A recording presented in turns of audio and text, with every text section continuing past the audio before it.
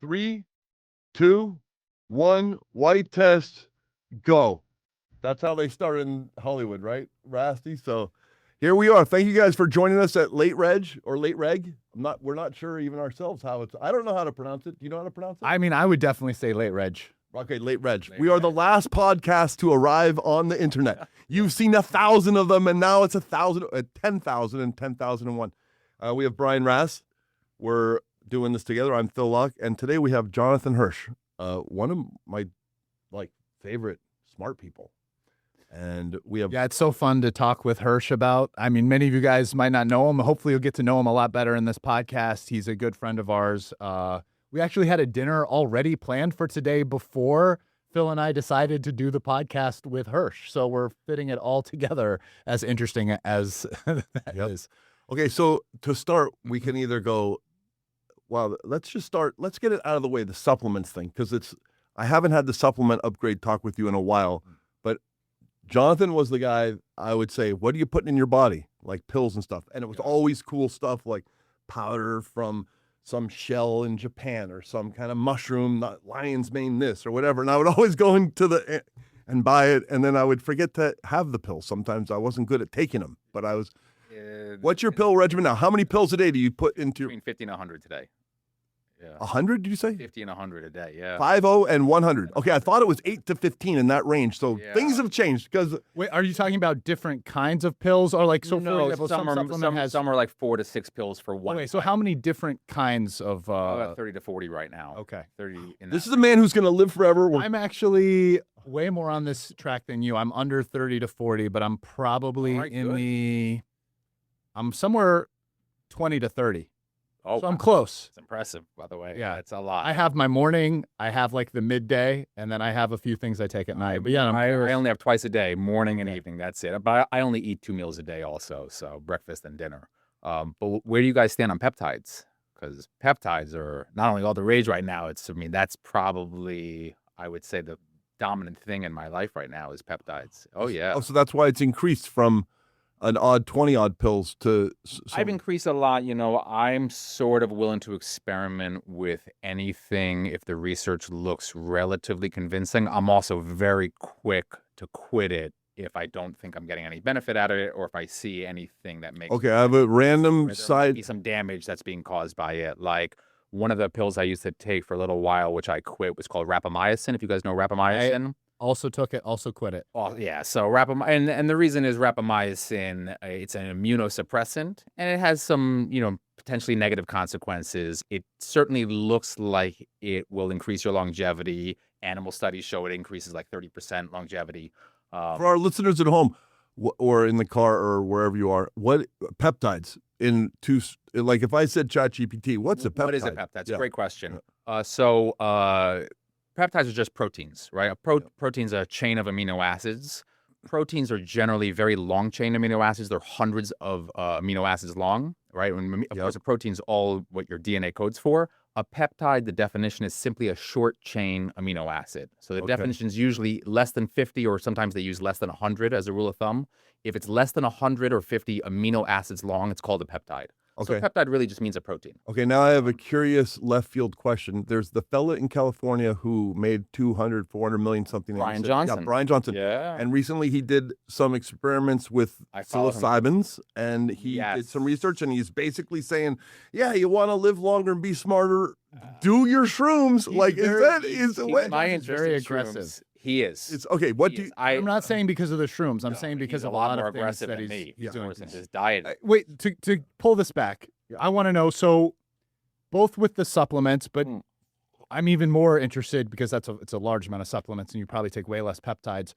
If you're going to pick some of the top supplements that you'd say, hey, like someone should look into doing, or even with the peptides, like what peptides are you taking? All right. Well, for supplements, honestly, and usually you cycle the peptides, right? 100%. Yeah. 1 to 3 months for peptides, and then you quit for at least 1 to 3 months, and then you can cycle back on.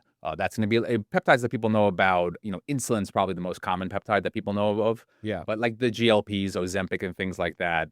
which I've messed around with. The new GLP-3s, retatrutide, and there's tirzepatide. It's interesting about the break because in farming they do that with nutrient. Like if they add nitrates, whatever, they sometimes take It's a like any break. drugs or it's like alcohol. You're the probably more you taking- do it, just the less effective it becomes. So you want to take a break for a little while, and then you can go back. You're probably taking BPC 157. That's probably the most common. Do you take it as an one that people know injection or as a pill? I take it as an injection. All the peptides I take are as an injection. Okay. BPC is one of the few ones you can I take it as a pill. as That's well. why. But I think as a pill it's great. The only thing about BPC 157 is it's fantastic for regenerative medicine. So if you have an injury, actually the reason I got into peptides and specifically BPC 157 is I ruptured 2 ligaments in my right ankle playing tennis. They were full breaks. And the doctors were saying I was going to be out for like 6 to 12 months, and I wanted to go skiing in a few months. So I started looking up what are every possible treatment I can undertake in order to make my ankle feel faster. And BPC 157, but you need to inject it directly into the site of the injury, which for your ankle or for your knee or for your shoulder is very tough. I mean, And I'm when not you great did with the needles, medical nobody research is. typing, you were using Claude, Gemini, ChatGPT. Which I of the... generally use Gemini, but I think for peptide research these days, probably any one of them, even ChatGPT would be just fine. And then how long did what was the actual I time? was skiing back in 3 months. I injured myself in October, not of this past year, but the year before, and I was skiing by January. I was skiing again. So That's sweet. But I was doing injections of BPC 157. I combined that with another common one to combine it with. It's called TB 500, thymosin beta 500. Also great for regenerative medicine, but it also needs to be injected directly into the site of the injury. You can take a pill for BPC 157. You will absorb it, but it's not as effective. What was the Okay, other one? TB 500, thymosin beta 500. Silly side question to maybe wrap up supplements and get to another thing is, have you ever microdosed mushrooms to the point where it's like 1/20th of a ride? I never have. But you've met people as that you have... pointed out, Brian Johnson and his research that he's been publishing is very interesting. I mean, he says like the numbers on his brain are incredible based on him using, I think it was 2 or 3 times. He did 2 or 3 sessions. He streamed it online. I didn't watch any of it. I watched a little. Oh, you've never even microdosed mushrooms? No, I've taken mushrooms. The last time I did it was in college. Okay. So it's just, I don't know where you get a supply for that. For peptides, the rule of peptides is you don't need a prescription from a doctor to get them. You do need to go to what's called a compounding pharmacy. You can just go anywhere online. There's a million of them now. There is some question about how pure they are, depending on what compounding pharmacy. The ones for research are supposedly maybe not that good, but I want to get where you order from later. I'll tell you the website I use. There's a third-party website that I use called Finric that buys peptides from all the different suppliers and tests them themselves and publishes the testing on how What's the pure company? they are. Put that on Finric, FINNRICK. And then Finric.com. they'll have somebody put that on the bottom, hopefully, right? Yeah. Do you have So a guy- Finric will rate each peptide supplier. So you'll see a list of like maybe 30 or 40 different peptide suppliers, mostly in the US, although China's a big supplier as well. And most of those websites, you can just go directly on them. Again, you don't need any type of prescription. It's completely legal. And you can just go on and buy these peptides. You will usually get a little vial of not a liquid, of the actual lipophilized powder. So it comes in a powder form, and then you need to dilute it yourself. Usually you're going to dilute it with something called bacteriostatic water. That's simply pure water with a point. I've never heard that word till Really? It's all it is water with a 0.9% benzyl alcohol injected in to make sure there's no growth of any bacteria, mold, things like that in the water. Interesting. Most peptides, you can use the regular bacteriostatic water. Some peptides are broken down by benzyl alcohol, in which case I think you use acetic acid, which is basically vinegar. You use an acetic acid solution. So again, diluted. It's like 99% water with like a 1% acetic acid. So, what's interesting is we were chatting a little bit about this on the way over, but I think it's worth repeating, and maybe even a good segue to branch this conversation out. It's like you were just talking about using AI, right? Mm-hmm. Using Claude or Gemini for these things. And longevity. AI has also been taking an increasing place in my life. For life. It's such a good way to organize personal things, whether it's for work or for recreation, and get honestly pretty good answers. And it just every month it seems like they're upgrading, and the research and the quality of the answers is just getting better and better. And Billion %. Everything I do, I start with AI. I actually use Perplexity a lot. And the reason I like Perplexity is Perplexity will show you the sources of where it's getting all the information from. So it will give you links to the NIH website to show you some study about, because I'm even though I sort of experiment with this stuff, I'm also very, very skeptical about a lot of, which everybody should be. You should 100%. So Perplexity I use a lot, and I like to check out the studies myself. But BPC 157, TB 500. If you have an injury, I mean, it's incredible. I also think for weight loss and cardiovascular health, my family has high cholesterol, so I'm obsessed with cardiovascular health. GLPs are incredible. I mean, where you can just get a prescription for Ozempic, you're probably going to be paying $500 or $1,000 a month for that prescription. Yep. And for you people can go at get home, the third generation, the GLP-3s, what does GLP stand for? Glucagon. Yeah, that's a good question. Okay. It's a glucagon antagonist. I don't know what. Let's not get sidetracked. Keep going. But the GLPs, both for weight loss, for cardiovascular health, I mean, a game changer. For almost anybody, and you don't have to be overweight to want to try it out. I'm not super overweight myself. I never really have been. But retatrutide's been incredible for my apolipid protein B, for my LDL. I do blood testing once a quarter using this thing, Inside Tracker. They send a phlebotomist to your house. They'll come and take 9 or 10 vials of blood. You do that once a month? No, once a quarter. Once every 3 months. Okay, I was doing it once every year. I actually started this. I went to like kind of a longevity doctor clinic in Austin. It was a little inconvenient. I made some good changes, and we were, taking the blood quarterly. The thing is, it's like AI was getting so good, and it's like personalized. Like I just tell them, I have a bunch of supplements I take. I have things, I'm putting it all in, and I'm having it's coming out. And there were a couple times where the doctor told me the same thing the AI had already told me, and I'm like, why am I paying so much to travel long distance for? I've already optimized most of the issues that I had anyway through them, so it was. I don't know, but it's also crazy for interpreting your results. So you'll get these blood tests back, and you might have several pages of blood work. You can go see a doctor. It's a little bit tough to find the right specialist and things like that, and sit down with them to go over it. You can just upload your blood test right to any AI. To Gemini is what I often use, and just say, like, tell me about myself. What do you think? What should I be doing? Glucagon. I can't say glucagon. Like peptides. There you go. I think that. I mean, listen, it's obviously more expensive to hire a doctor. Mm-hmm. I would say for, people listening, doing them both concurrently, as kind of I did at one point, is great. But, if you're looking for the way to like save money on the process, you can just try doing with the AI. They're pretty good with these things. You should just be super skeptical and double check everything it's telling you, on the internet yourself with other AIs, etc. But for sure, not just for saving money, which I'm not allergic to in that, but also just for the most cutting edge, most up to date. Most doctors went to medical school a decade ago or 2 decades ago or more. I mean, my doctor's pretty old.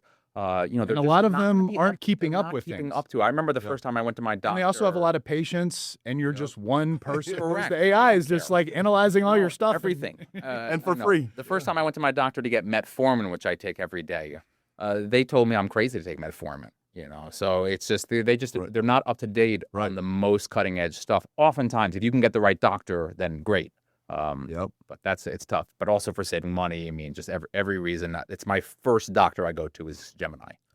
Okay, now we could talk about each topic for a long time, but I want to pivot to when I met you. You were a young man, and you already spoke like English and Hebrew, I think, and some Chinese, but you took Chinese. China. So. You took Chinese to like the 9th level. When you finished college, you said, you know what I would like to do is get another degree in advanced mathematics, but I'll do it in China. That way I'll really immerse and really learn Chinese. Is that roughly true? Did you go there? No, I spent time living there, studying there, but I wasn't studying math there, no. I majored in math in college. Okay, so when you were over there and you upgraded your Chinese prowl, you weren't in the university system? I was in a university there for foreign students, Chinese language. Majored and graduated?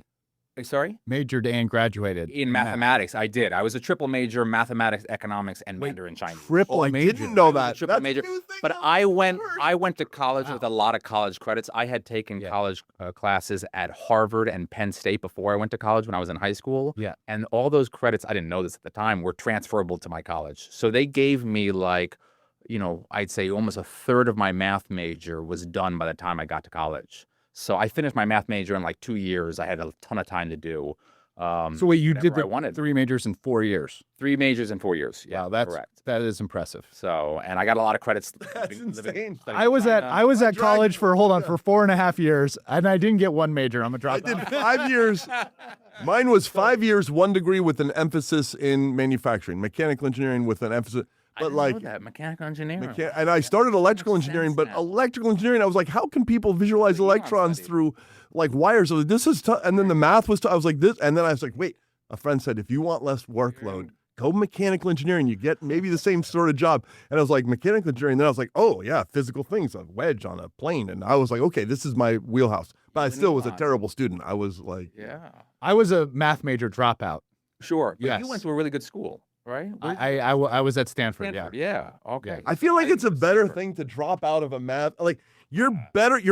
The people who dropped out of math and didn't finish college are probably holistically as a group doing much better in I society. had kind of with picked everything. math because I felt like I could malleably shape it into like any Anything. career I wanted That's to how I do. But felt. then it was like once I started playing poker and I realized I'm going to play poker, then it was like picking math was bad because it required you to turn in problem sets every week and stay active. And I was just like not going to class and fucking off. And it's tough. And I wish I had picked something Hirsch, more part like of his fucking off philosophy. was also Yeah. Counter-Strike. He was on a team, No shit. and he was number was 2 freshman or year. something. You were really No, good. you're right. They were like number 2 in the U.S. or the I world ran or the something. clan. I ran the match strats. We were really good. We were 44-2. There's a clan from Texas called the Weekend Warriors, who went on. I believe they had like a thing where it was like a live land where you'd win a couple 100,000. I forget what it's called, like the OGL or whatever. The Weekend Warriors went on to win that a couple years in a row after we beat them in an online match. I made the strat for that. Anyway, whatever. Did you make any That was money my playing freshman year. Counter-Strike? No. He had a great This time. was before that. Before the money became Well, one of his solutions, I now think, it's big. a takeaway that Rast had that I think is really good is because I'll play a little bit too much video games here and there. He says, Phil, the trick is you don't play the open field where it's infinite and you're playing humans for infinity and you can keep getting better. You play the game. The game has like, whatever modules, Mm-hmm. and you can say recruit, hardened, or veteran, whatever. And you just Playing get to you complete games, and then Well, you you're don't talking get about my gaming today, not back Yeah. in the time. No, Yeah, yeah. today it's responsible. No, you to- don't Today, I like playing games with stories that end. Yeah. Stories that end, not free for all, which is an insane. Although I'm never-ending, kind of like- back to gaming a bit more than I was when I was younger in my free time. A little bit less TV, but yeah. What about you? Do you play? I'm video playing Chess is Baldur's the only Gate thing I 3 play. right now. Wait, what's Actually, that? Baldur's Gate 3 is the game I'm playing good? right now. It's very interesting. It's I mean, wow, that's like really, a lot of games, the story is, I'm okay with a story that's not open-ended. It's Mhm. very like fixed as long as the story is really good. But this game's interesting because the story is so open-ended based on your choice. I never played Dungeons and Dragons, but it's based off of Did like I? a Dungeons and Dragons like model. But like it's crazy how open-ended the story is. Like you can just have characters, not have them. They can die. You make decisions, and it just changes everything throughout the whole game. Speaking of- I have no way how they did this. Okay, like, with the speaking voice of acting today. video games where everything's changing throughout it, sometimes we get the feeling that life is like, oh, the Matrix, and is it scripted by the programmers above and stuff? And when I listened to and reflect on your story in New York, okay, Jonathan Hirsch, a little sports bookings, innocent stuff, whatever, but 35 people. This is kind of you could go and read it's in some sense, it's a public story because it's on the court records, Google. whatever. Yeah. But I was like, wow, what's going on here? So basically, the summary, if you could bring us in, what the 35 pickup, whatever it was, give the 1 minute thing, and then I have a couple of questions. Like, tell the story about the girl with the sneakers, if that's okay. Okay. Remember the FBI agent the night before? Oh, That's a very funny part of the story. You can't miss that. So, I was a sports bettor for many years. I still bet a little bit on sports, but Yeah. not professionally. But I was a professional sports bettor for many years with a background in math. What sports are a bunch of them? American professional sports and college sports, basically. Yep. Almost no soccer, almost no hockey. At the time, maybe liquidity's changed a little bit. At the time, there was very little liquidity in hockey and things like that. So we were betting the most liquid sports. NFL was a huge percentage of what we did, both for volume, also for making money. NFL, we had a much better hold than we did, let's say, in basketball. But the government thought, well, there's a bunch of people gambling here, and some of them were, you know, they weren't just innocent. Take a $200 bet from whatever they. Oh, you No, didn't pay your bill. Let's take care of that. We were you betting know, big, so- but we were never booking. Yeah. We were just betting ourselves. Betting yourselves. We were just Okay, betting yeah, ourselves, and we did that for about 10 years successfully. You know, my best I didn't know that. I friend, didn't know you were booking. You were just and betting. who's one Yeah, of your close yeah. friends as well, Noah Siegel, Yeah. had also, like you, Rast, dropped out of school and was making so much money betting sports that he was like, this is ridiculous for me to be in school now. So he dropped out and just continued to bet from his early 20s. I joined him, and then Ilya joined us, and we were betting together for almost 10 years. And then in 2013, I think it was April 15th or 16th, the FBI came and arrested all of us. And like 33 other guys. Yeah, a lot of guys, a lot of co-defendants who I'd never heard of. Right. People Yeah. I, you know, some of them I did, like John Hansen, let's say, who Yep. we also had worked with at certain points, but most of them I never had heard of. One of the more probably prominent ones was Molly from Molly's Game. Yep. So there was What a lot year was that?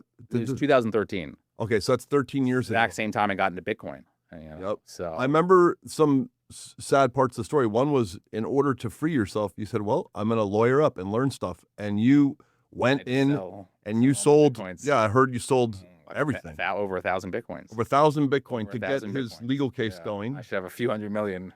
It's like, You know. I'm trying to think about the chart. 2013, like that's when it hit 1,000, right? It hit 1,200. Yeah. Or I think that later that year, that was not. I got arrested in April, so I had discovered Bitcoin in January. The price was a little over $10 a Bitcoin, and I didn't start buying it till about $25 a Bitcoin. And Oh, so your experience, first I had watched it experience was the doubled. run from I- up to it went from about 25 when I started buying it. I was buying it from 25 to maybe about 90. It ran up to about 240. Then Yep. Mount Gox, the website, which remember was the this. only place Yeah. you could trade it online at the time, their website went down, and the Yep. price dropped from about $240 to $60 in a matter of like an hour. Yep. So it was like the first 75% drop in Bitcoin, at least the one that I was a part of. And then it recovered, and later on that year, it went to about 1,200 before then dropping to maybe about 170, 100. but somewhere in there, you had to sell. part of a that lot drop for was all- because I Mount sold Gox everything. went down. Went down, Like, correct. actually went down, went and that down. was that. Everybody thought maybe that would tank it because that was the biggest exchange. That was part of that bear market. Yeah, well, that happened a little later when there was the next bull run, and they didn't have the coins. They'd been hacked and had Yeah. been covering it up, similar to like an FTX style. I wasn't Like, Bitcoin basically, yet, the but yeah. FBI rounded up all this information. They didn't know who the real bad guys were and whatever. And the night before, you were actually tell us the story in the bar. Well, they This is had just they so- had charged us with being bookies. With Yep. I mean, there was a bunch of things Yep. they charged us, including RICO and being part of the Russian mafia and all these things, which were ridiculous.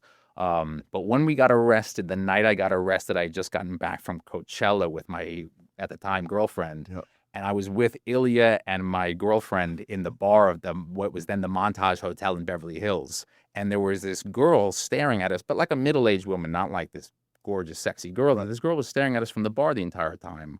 And we started talking about her, like, well, what's this girl's story? And she was dressed a little bit weird. Yeah, she was wearing sneakers, but with a dress, and you know. Right. So whatever, nothing really happened from it. I went home, and at like 4 or 5 a.m., Noah came and woke me up and said, and I was still drunk from the night before. He goes, the FBI's in my apartment in New York. They're raiding my apartment. My mom just called me because my landlord called her because he couldn't get a hold of me. I was sleeping. And I'm thinking to myself, FBI, right? I was like, what kind of weird shit are you into? right. Eat This is it. porn. I was like, Noah, yo, just yo, so yo. you guys at home know, Like, Noah and Jonathan Hirsch were mostly inseparable from like what, 12 that's or right. He's been since childhood. Yeah. 11 or 12? He moved something from like that? Rochester to New York Yeah. City and went to Dalton, which is where I went to school. Every time I ever saw John, he was with Gambled together, like gambled together. 100%. That Oh, we met you together Yep. at Ace Point Yep. Club in New York City. Yep. So So, anyways, so Noah said, the FBI's raiding his apartment, and I just thought I had nothing to do with it. I was like, man, you must be into some real crooked shit that I'm not a part of. I was like, what are you guys into?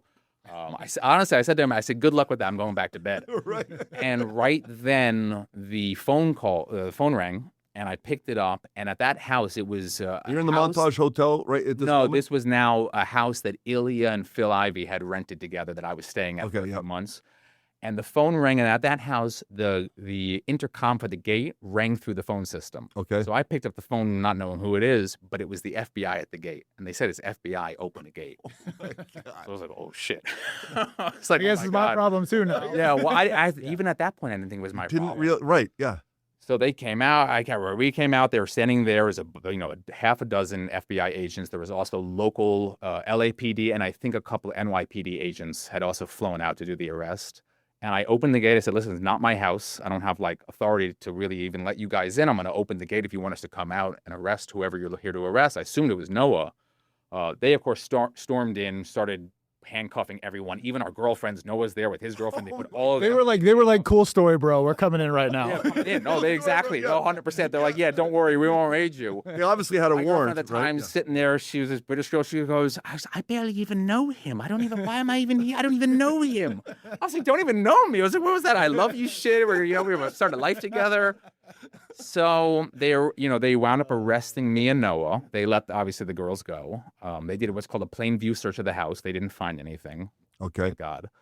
And they took me and Noah into custody. And when we got pulled into custody, we wound up syncing up with Ilya Trincher and his brother Eugene, who also had gotten arrested that morning. And we wound up having our bail hearing later on that day, like 12 hours later, with, I'd say, maybe half the defendants were arrested in LA, the other half in New York City. So we were in there. Molly was there. And all of us got let out of jail that day on bail, except for Ilya. I think Ilya had been a little bit of like a loudmouth with them when he got arrested. Yeah. And even though the judge had agreed to release him, apparently the prosecutors can challenge the judge's ruling to a higher magistrate judge. For 24 hours, they can hold you. And they did that with Ilya. So Ilya got stuck there. And we were like, good luck, bro. We all got released and went home. And then had to fly back to New York for the arraignment and things like that. Yep. And wound up for the next year having to fight it was federal. So we were fighting the federal prosecutors in SDNY, which is the district of New York. And one of the most interesting, I thought, parts of the story, which actually tail connects to another very interesting part of the story, is Jonathan Hirsch goes to the lawyer and he's looking at all like 10, 20,000 documents and pages of documents, and he's like, this is a mess. Wow, so much time is going to be spent just sifting through all this data. Charging us so much. And of course, Jonathan's like, what if I could make a program that could optically rip, category? I had nothing but time on my hands. Yeah. So you built. Tell us about the program you. Well, they had charged. I think Noah's lawyer charged him something like $30,000 in printing fees just for printing documents. I was like, whoa! I had all the money was frozen. Bank accounts were frozen. Right. I didn't have much savings at the time anyway. You just had the Bitcoin. I had Bitcoin. That was really what made me believe in Bitcoin. I was like, they can't freeze the Bitcoin. So I wound up selling all of the Bitcoin at that time to pay for legal retainers and things like that for legal fees, which were massive, hundreds of thousands of dollars. And Bitcoin at the price when I was selling it was around $60 only. And how long did it take you 1,000 to? Bitcoins didn't go very Like far. you're obviously in school. You're a tech guy a little bit, and you start coding. Like, how long does it take a determined Jonathan Hirsch to build the optical grab A thing? few months. By the end of the summer, we had a database set up with all of these called discovery data. And you're everybody's phone Today call, with Claude Code, how long would it take you? An afternoon, probably. Honestly, an afternoon. How crazy is that? Your lawyer was very impressed by that, and he actually asked you, "Hey, can I share this tech with the other?" And you were like, sharing "For sure." creating a website and creating logins for all the defendants and their lawyers, and Saved everyone a lot of certainly saved me a lot of money and time. Okay, which so I was this happy pivots to the best part of hold the on. story. Go ahead. Yeah. So you guys use that, and basically, it works out, right? You guys beat the charges. Well, kind of. So I was very adamant that I was going to fight it to the end. I was like, we're being charged with Russian mafia is completely ridiculous, but even just being charged as a bookie, I was like, we're not bookies. I was like, really, my job is software engineering and statistics. I was like, we're not bookmaking. We're betting. We were betting very big. It's true. And we were doing a lot of what's called crossing, where it was just you're not betting with the casino, you're betting against another person. So I could understand, like in some of the phone calls, we would do this thing where we'd go down the list, and we would pick a game, and then you'd pick a game, and we'd pick a game, and you'd pick a game. So it's kind of like you're booking us for half the games, and we're booking you for half. It's really just crossing. I mean, that's right. Booking is really when you're in the business. Yeah, you take the bet, you make your 10%. We were clearly not doing that. So I was like, we're going to fight this right to the end. And then slowly throughout the course of the year, people started pleading guilty. someone down. Eventually, you just take the deal. Eventually, they offer you a deal. I was very low on the totem pole, but even I was facing over 30 years in prison. And the potential forfeiture was like tens of millions of dollars. So I was like, oh my God, they come to you with a deal, no jail time. The forfeiture was de minimis. And they're just like, just sign here. And everybody, including my lawyer, was just like, you're crazy not to do this. The amount you're spending per month in legal fees was more than my forfeiture. At some point, it becomes worth it so often. 100%. I now regret what I had done, but I didn't know. More than your forfeiture. My forfeiture, I think, was like $70,000 or something. Was that I had to pay to the government? They I was say paying $50,000 a month in legal fees. Right. And the legal then fees just flip different. around you, right? And just off your record and done. No, it's on my record still Yeah. to this day. Yeah. Which is the big reason why I wish I hadn't done it. I kind of capitulated and pushed out. I wish I hadn't. But at that point, Oh yeah, because you're pleading guilty. So I pled guilty. So what they wound up doing with me, which is what they do with everybody, is they'll drop all of the charges and almost all of the most serious charges, and they'll leave the smallest charge on that you plead guilty to. And that charge will get you whatever will. For for Ilya and Heli, in our case, they got 6 months in prison. Noah got a little house arrest. I got nothing but a slap on the wrist, basically. But all of us are convicted felons, which means now, like opening up a bank account or trying to open up a crypto account. Coinbase shut me down, and Coinbase shut you down. Gemini shut me down. Chase, Citibank, Wells Fargo, Capital One. Wow. They just the, don't want the banks I work with. You've never heard of. It's some the banks I work with. No, you've can't. never heard of. That's a Correct. great poll quote. Can we remember that? The banks I work with. You won't pass KYC at most places. So this is kind of the resolution of that. And I think this is going to be very interesting to our audience, which I'm assuming is going to be a lot of you guys probably play poker, at least right now. This leads to a really interesting story that ties into a really central figure in the poker world later. So why don't you intro like how this meeting happens and where this goes? Paul Phua. Yes. So a few years later, I think it was 2015. It might have been late 2014. I think it was 2015 though. I had then moved to Las Vegas and was working out here. And Paul Phua, who's a very well-known bookmaker, but he's a bookmaker in Asia, legally in Asia. It has nothing to do with the U.S. He doesn't take U.S. customers. He had gotten arrested with his family. His son got arrested with him staying at Caesars Casino. So the cliff with just all of his associates, all of his friends, right, and basically, and correct me where my memory falters, but like he was on the top floor of Caesars. Yeah, he was in one of the villas or whatever they have. They had like doing some of his sports betting stuff because they were betting sports, but again, they were allowed to do that. Yep. And then Caesars they had like people or cops come and pretend they were fixing the AC. Correct. And they collected. They called it a ruse. Yeah, they said, "Oh, we have evidence now." FBI came in pretending. What they did was this: they got Caesars without even a court order to shut off their internet. Right, so the Wi-Fi goes down in their suite. Wi-Fi, I thought it was the AC. Wi-Fi. So Okay, they can't watch the they can't. Yeah, can't do anything. They're freaking Everything's out. off. So they're calling Caesars, being like, "The Wi-Fi, come up and fix it." They go, "Okay, we're going to send up one of our techs to come up and fix it." The tech that came up was actually an FBI agent wearing a camera.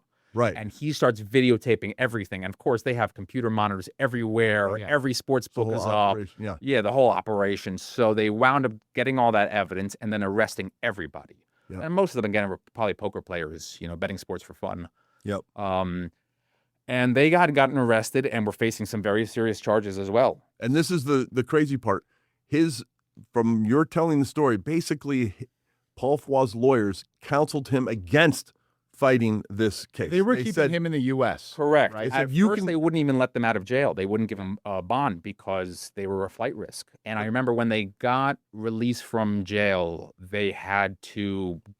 He has a private jet, so he had to put up his private jet as like collateral. They had to pay for like security, like FBI agents to guard the private jet so they could never get to it. Obviously, wear an ankle bracelet. They're under house arrest.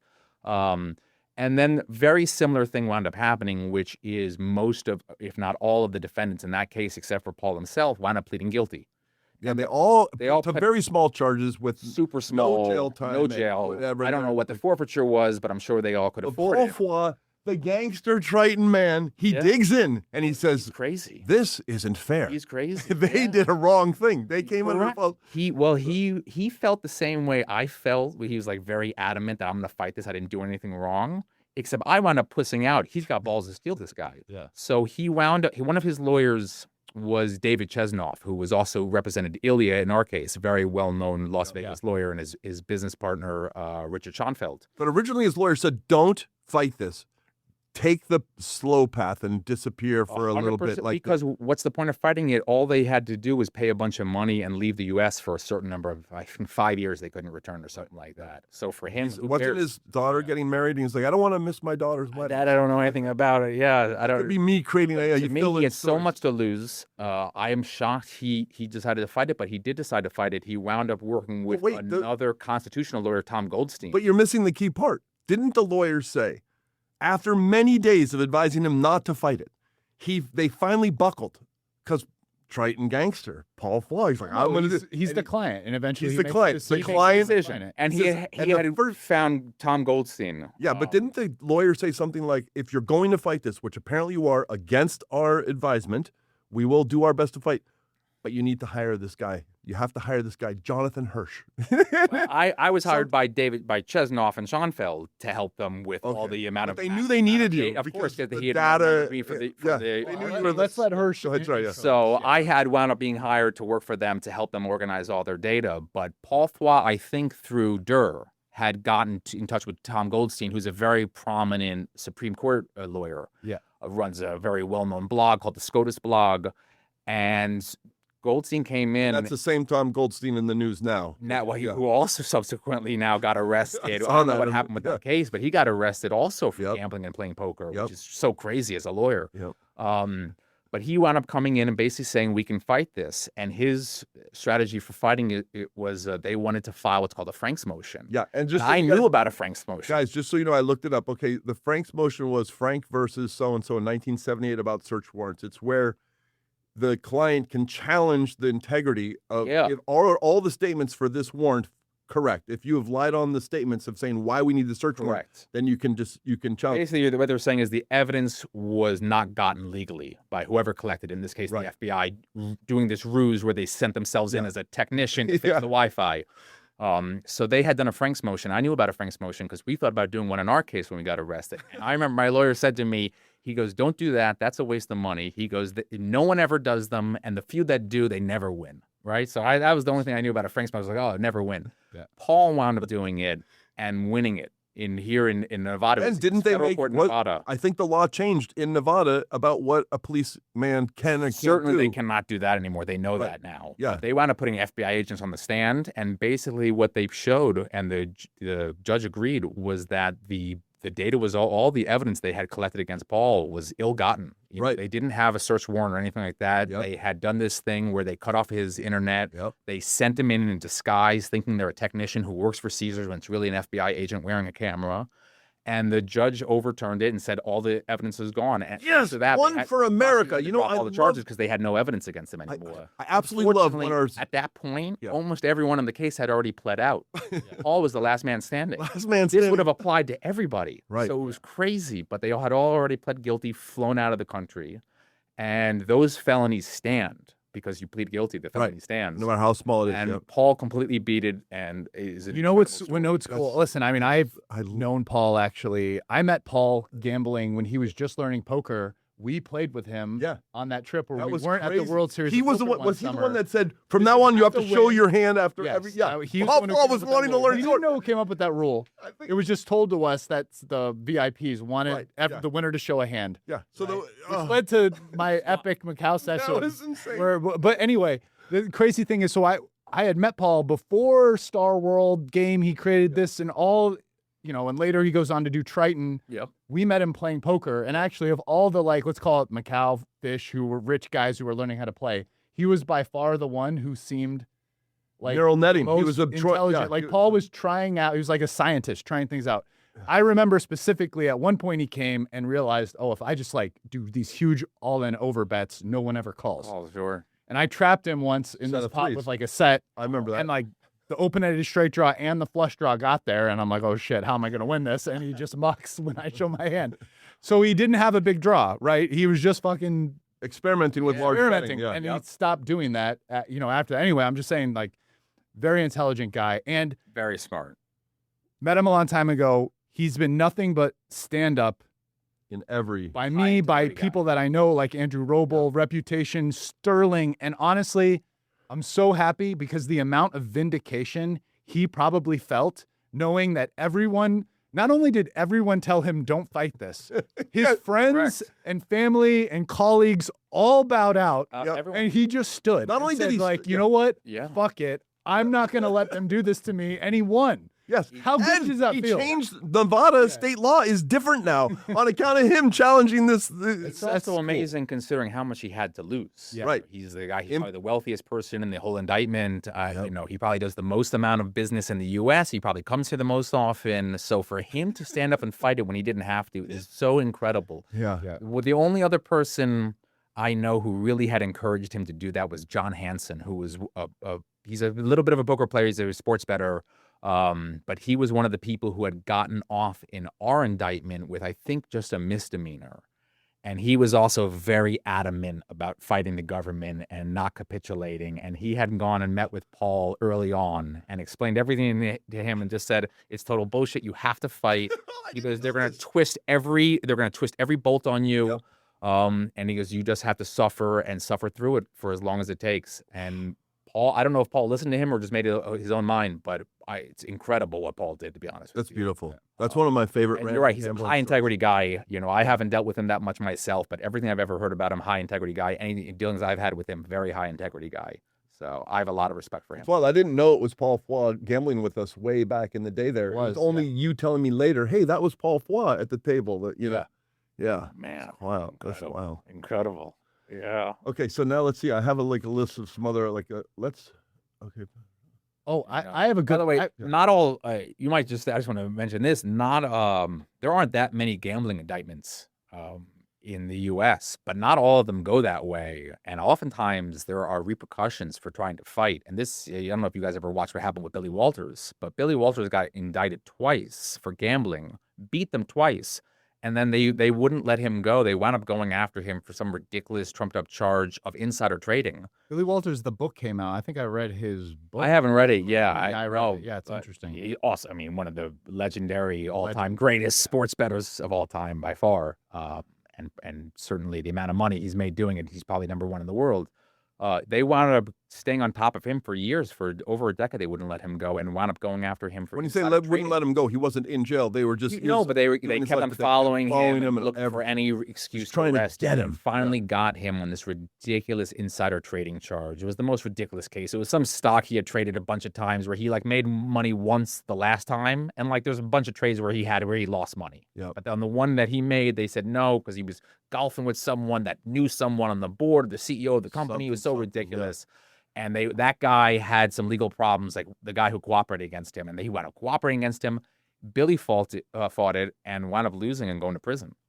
So wow, yeah, how long did he spend? not that long, but it was over a year. I mean, and he's an older guy, spending it might have been a couple of years, 2-3 years in Pensacola, I think. Random question: what percent of your net worth would you give to if somebody said, "Okay, next weekend you're going to jail for 1 year, regular bad jail, Right. where as Sam Bankman-Fried, that federal penitentiary, that kind of level." Okay, that's serious. How much and the choice is, how much time does that have to be before you say, there's an escape card where if you never step foot in the United States ever again, then you have the luxury of avoiding it. Yeah, if you say, I will leave, if it's let's say it's 6 months, at 2 years, at some Suffer in point, a heartbeat. The 6 to 12 months. 6 is to nothing. months you That's suffer. it. That, if they that's said our- 3 years, you're like, okay, now 3 years, I would probably take 2. Over 5, then you start to have a different calculation. I'm so weak, Jonathan. I think it'd be 2 weeks in jail. The US I would live in Spain till I You gotta died. remember this. You get there's no parole in the federal system, Right. but you do get 15% time off for good behavior. So a 5-year sentence, 60 months, you're going to get 9 months off for good behavior to start with. And then if you're in the drug and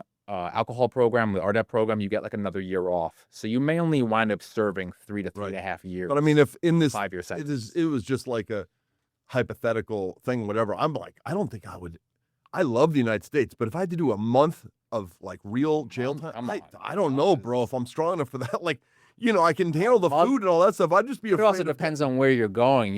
Where Ilya went was this place called Taft. Up in California, the place is a joke. I mean, it's what they call a prison camp. There's Okay, no yeah. bars or surrounding the place. You could walk off. I think one of the stories Ilya told me was the warden came to him early on and said, "These are the rules, and if you don't like it, you can leave." And literally, you could leave. You could walk right off the prison. But then when they get you, it's No, then you got like an extra 10 years for for running away. So escaping. nobody runs away. You're also only eligible for the camp if you have less than 10 years left, and your crimes can't be that. It can't be murder. You have to have a reasonable crime.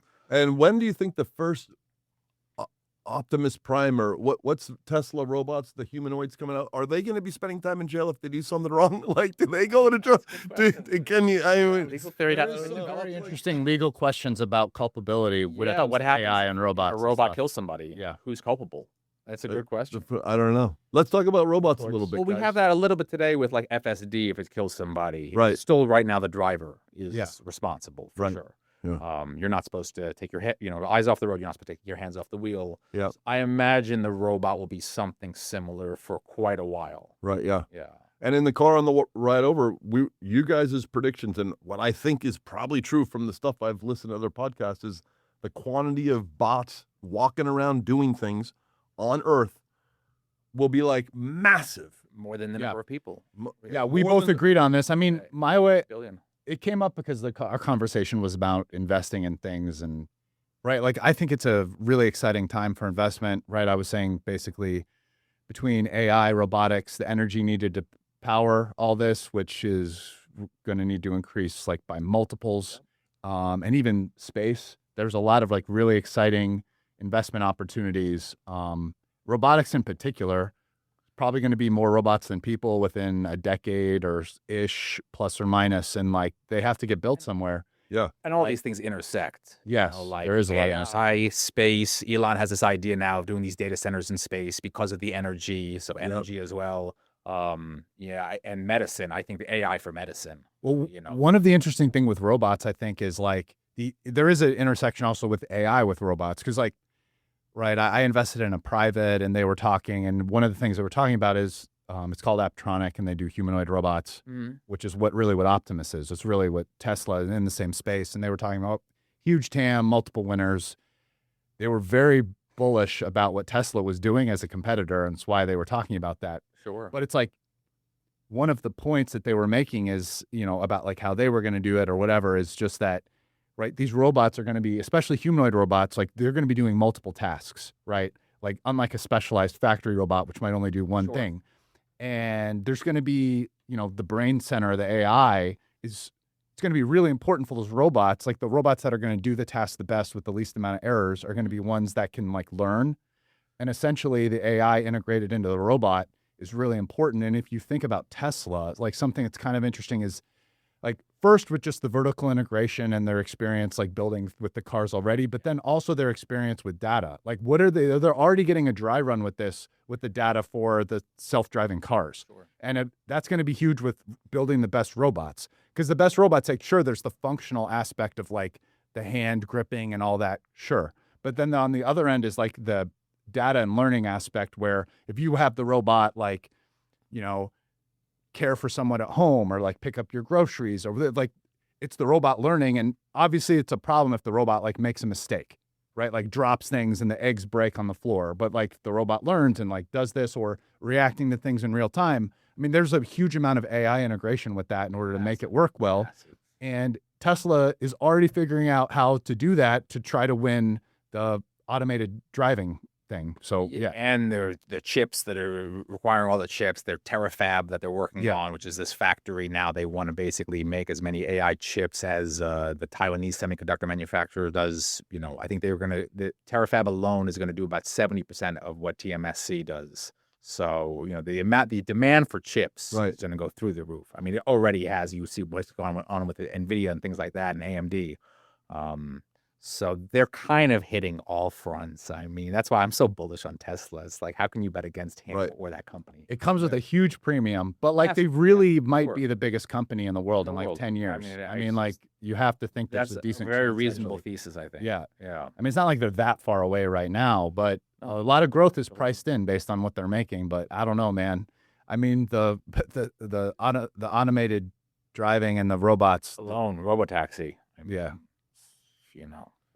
There was a very, Wouldn't- I can't remember. Okay, there was something in my head about Noah, a very interesting story that I was going to add on. Siegel? Noah Siegel.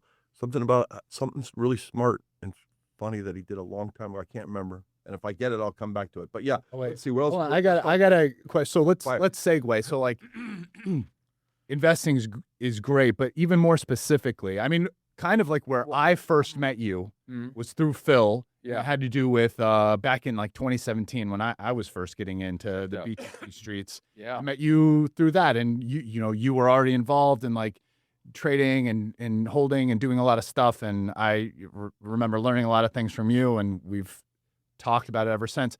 I'm really curious as to, and I think probably a lot of people in our audience too, it's like, what is your take on, obviously Bitcoin has fallen a lot from where it is. How do you feel about it in the short term, in the midterm, in the long term? Very. I care much more about Bitcoin than crypto, but yeah. Yeah, very bullish. Well, near term, no, less so. I mean, near term, I don't generally have a very strong opinion. Obviously, the market's super volatile. Historically, the 4-year cycle, you get these 75 to 80% drops. Right now, we've had about a 50% drop. Obviously, it's recovered a little bit since it hit 59 or 60K. We're at like 75K today. So based on that pattern, we could see it drop into like 30K, let's say, which would be painful. Certainly it would be painful for me.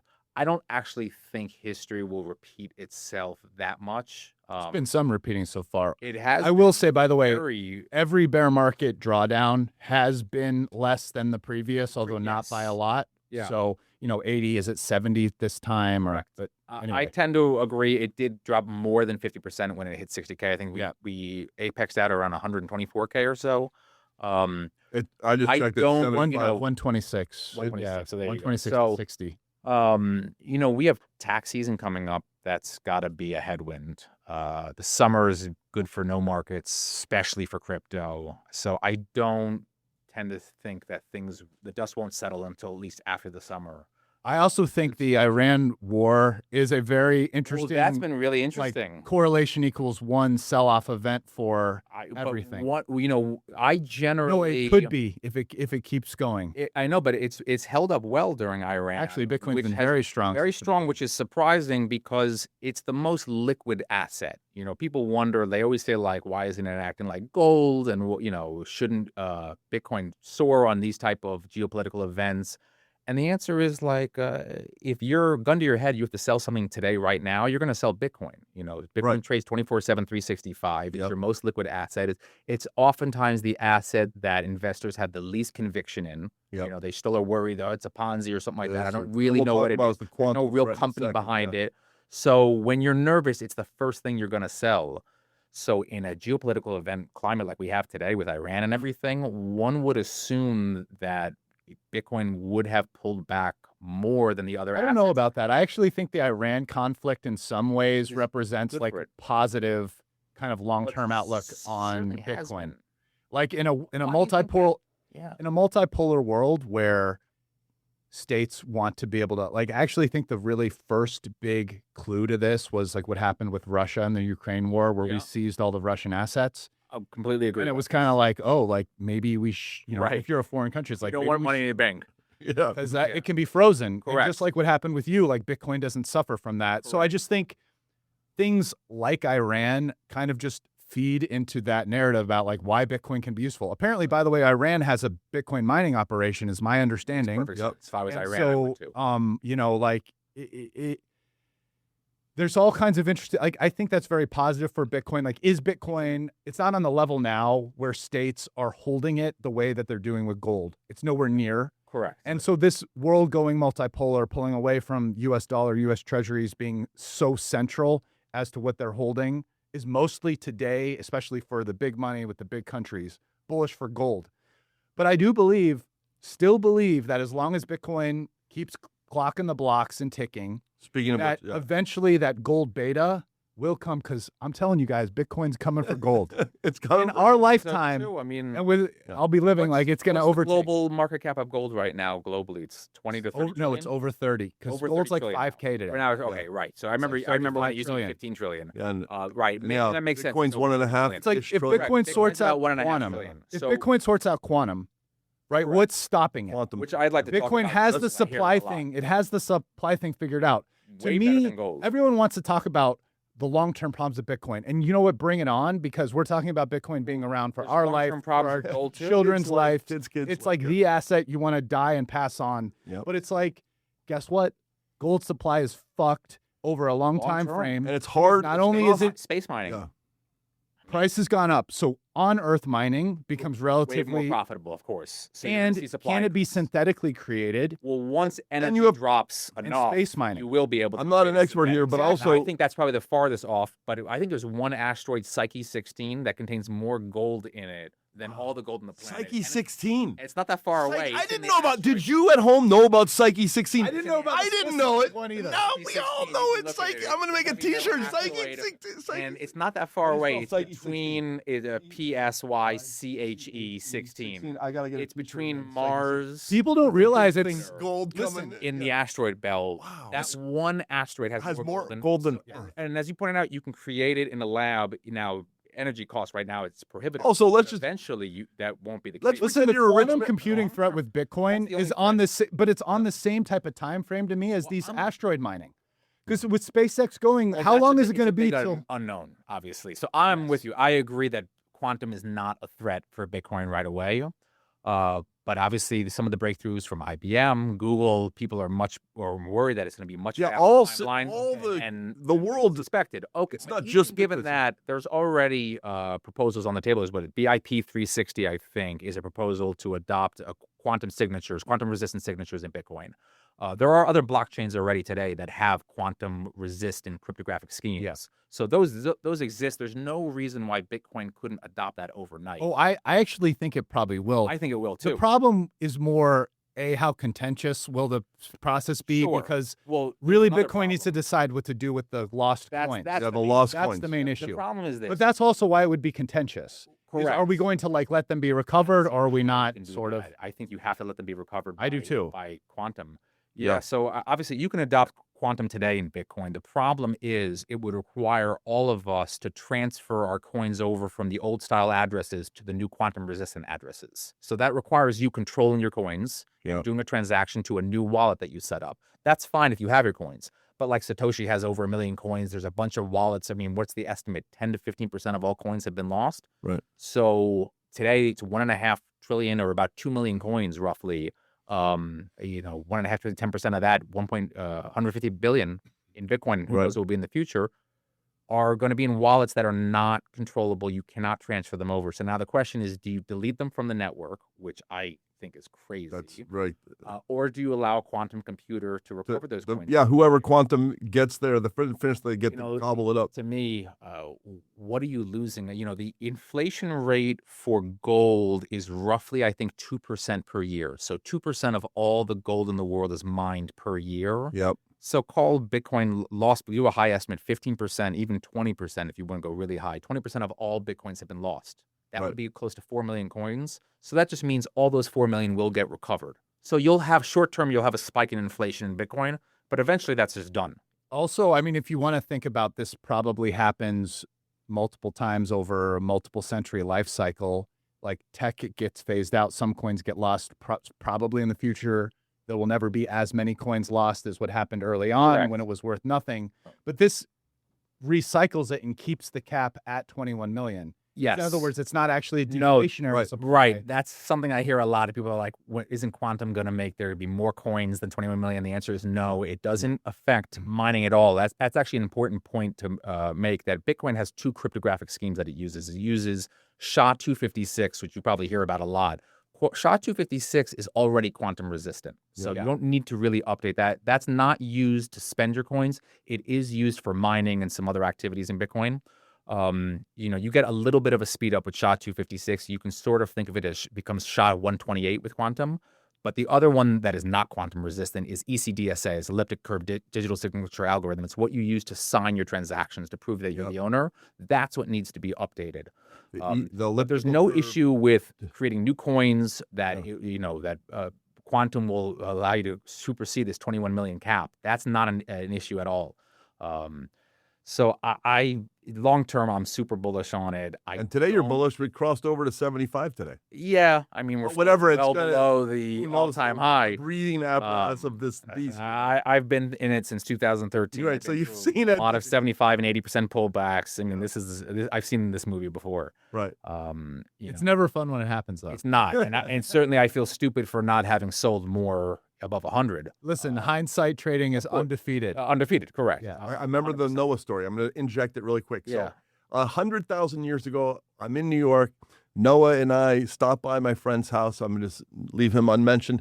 And my friend is toiling with this super complex program and baseball, something scores. And he's like a Wall Street guy that loves sports. And he's like fiddling with stuff. And Noah looks and he goes, maybe in that Excel column. And he says a little thing. And Bill's like, I outed his name. So Bill goes, hey, get up, sit down.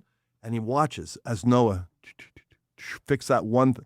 And he looks up, it's like, can I fit? And whatever you want to do. And so like 18 minutes of like mad, I didn't know Noah had this mad skill. He was like an Excel god, so he's and at the end he's like, that'll be really tidy now. And Bill's going, wow. Now 10 minutes later, we're in a taxi. Me and Noah are going uptown. And I get a call. It's Bill. Hey, Phil, are you with Noah still? And I was like, yeah. He says, could you ask him a question for me? I was like, yeah. He says, ask him if he wants to make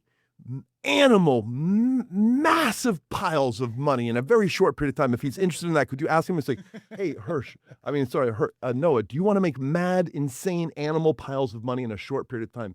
And he says, it sounds interesting. That's what he said. It sounds interesting. Not yes. It's like he's so Otherwise, so it's logical. a This very is Noah chess. thing to say. Just so you know, he's like nickname was Oracle in the chess circles. He's very Yeah. smart and he's like a chess master, all this stuff. So he does a little intern for the trading company, and he realizes, oh yes, What was this again? Bill? I don't want to say his last name. okay. Whatever. Just a Bill. Not perfect. I'm sure he doesn't mind. No, it wasn't perfect. And so he goes and he does like a little intern thing where he goes and he's like Yeah. poking around and he says, well, he's right. You can make animal stacks of money with a brain like this and these tools. But at the end of the summer, he goes, Bill, I was thinking about it. Yes, you can make animal piles here, but I'm not enjoying myself. I like find the little bets in sports and stuff, and I'll make piles that are mortal piles, like still heavy. I'll make 10 million in 3 years instead of 100 million in 5 or whatever the numbers were. And he goes, but I have to stick with sports. I just love sports too much. And so Bill was like, wow, the guy showed all the aptitude, passed all the puzzles and all the things and was just acing everything. And he left. And he left to do it. Well, there's something to be said for sort of finding your own path and also for working for yourself. I mean, that's like invaluable. Right. Yeah. To have a boss and not to have to show up in an office. Yep. It's incredible. Yeah.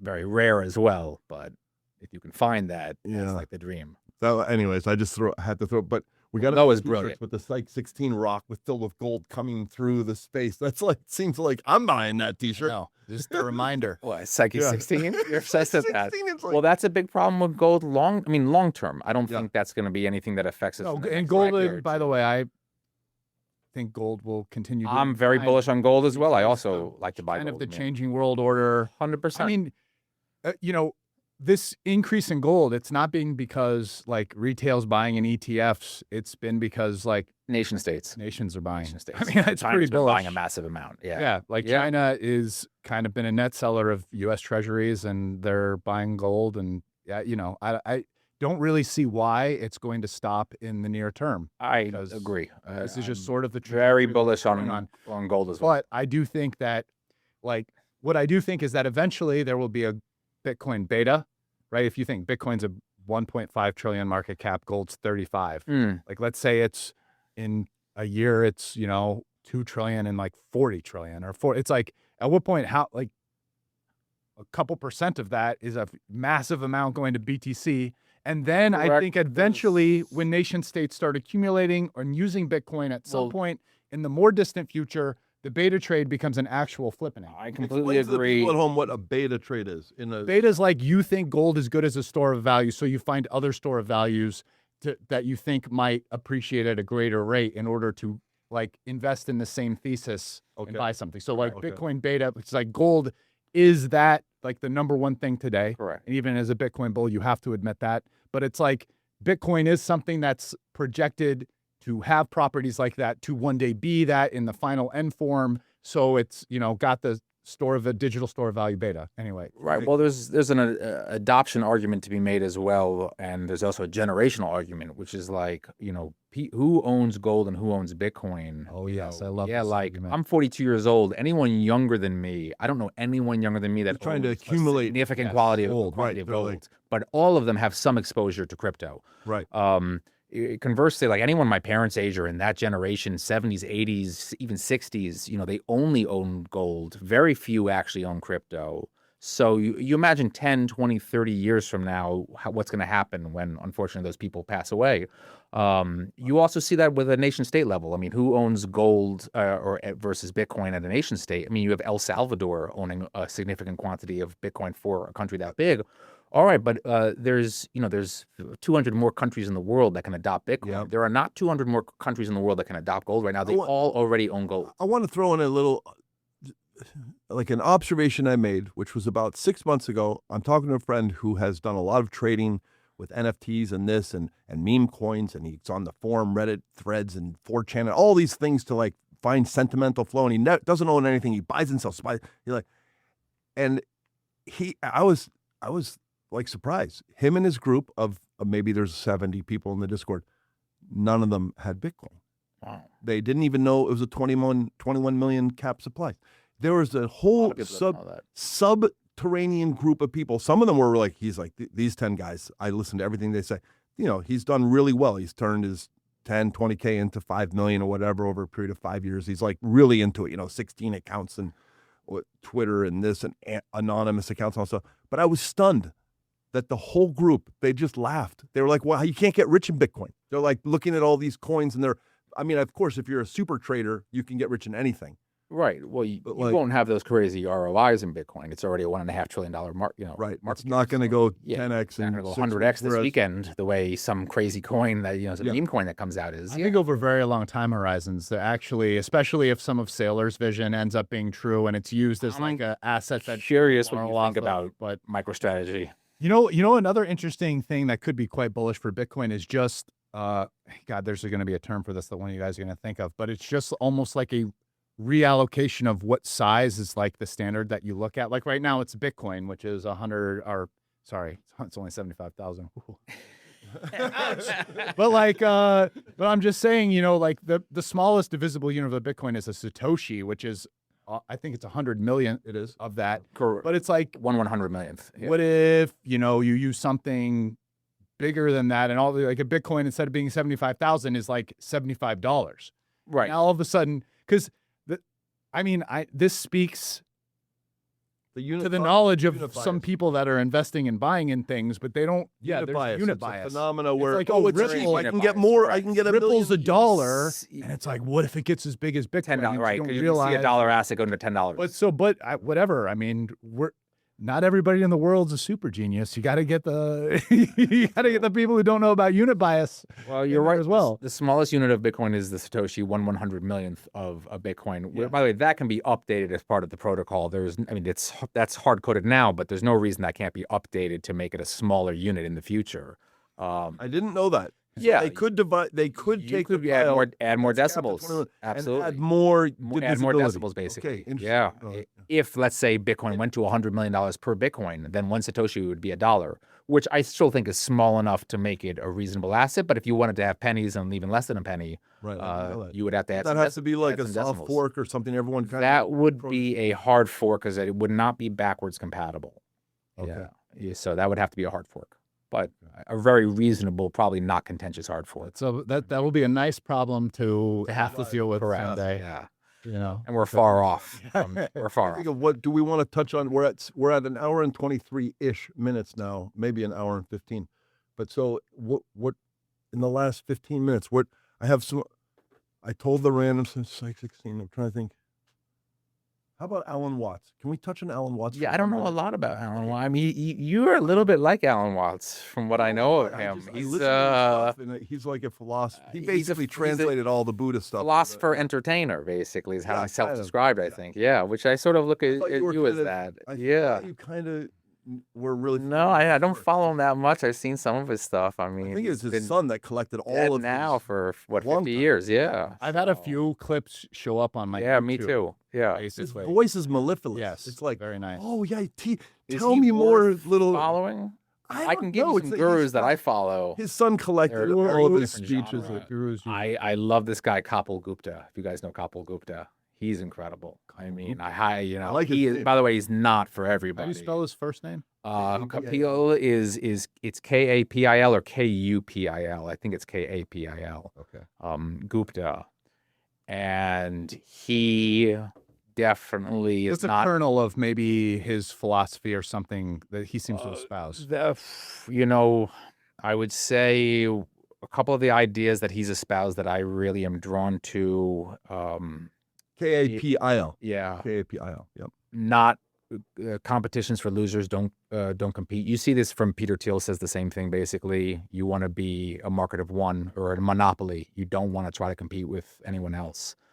Competition. One of the things he says is competition breeds parity. That if you compete with someone, you'll be a little bit better than them, but you will just be a little bit better than them. If you want to be 10x or 100x engineer or any of these things, you don't really want to compete. You kind of want to be off on your own. That's kind of Army of one, just on your own, not even paying attention to what anyone else is Right. doing. You see that he works a lot with athletes. You see that with a lot of top athletes. Yep.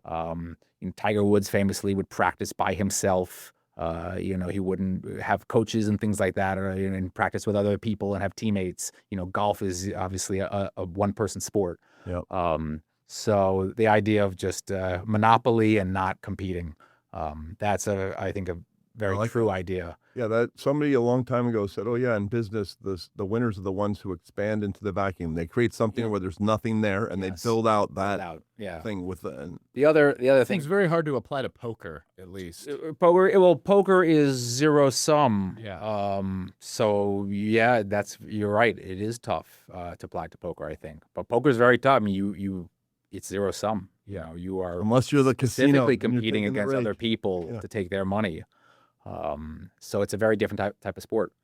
One of the other things he says, which I'm also drawn to, is you hear this a lot, and I don't know your thoughts on this, about like mindful meditation. Okay. And all these people that do mindful meditation, and what Kapil says, which I totally agree with, is that you don't want to be mindful, you want to be mindless. That when your mind goes away, that's sort of when you're in the flow state or in the zone, when your mind is almost gone. You don't want to be mindful, you want to be mindless. I agree with that. And that I completely agree with. Yeah, Right.